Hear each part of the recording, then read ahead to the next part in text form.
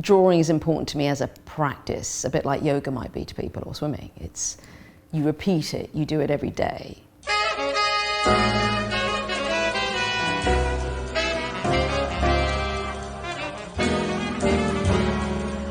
I've always drawn. I was trained in quite a old-fashioned method, I guess, of just very careful observational drawing. And last year I spent 4 months sort of back in that space drawing animals of London, 243 endangered species of London, just drawing careful observational drawings of them. It's a very humble activity, I think, to draw from life. You go into a space, I think, where your hand and your eye and an older part of your brain are in a flow state, and this front part of your brain, the sort of more recent, somewhat less interesting accountancy part, is not required.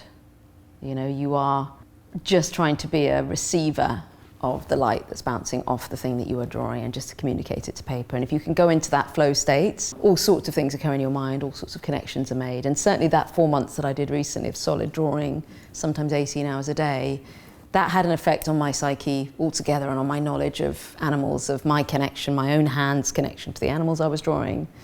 The fact that the structure within my own hand connects to the structure of a bat's wing or a leaf. This is knowledge you can't learn by reading about it, you have to practice it.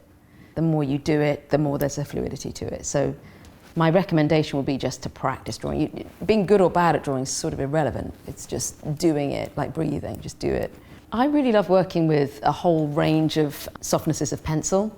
From when I was doing the animal drawings last year, I was going from 9B up to HB. Nothing much higher than HB.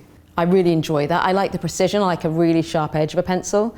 Equally, when I'm drawing at a larger scale, I love to work with charcoal. A lot of the life drawings are done in charcoal. The sort of provisionality, the messiness of that.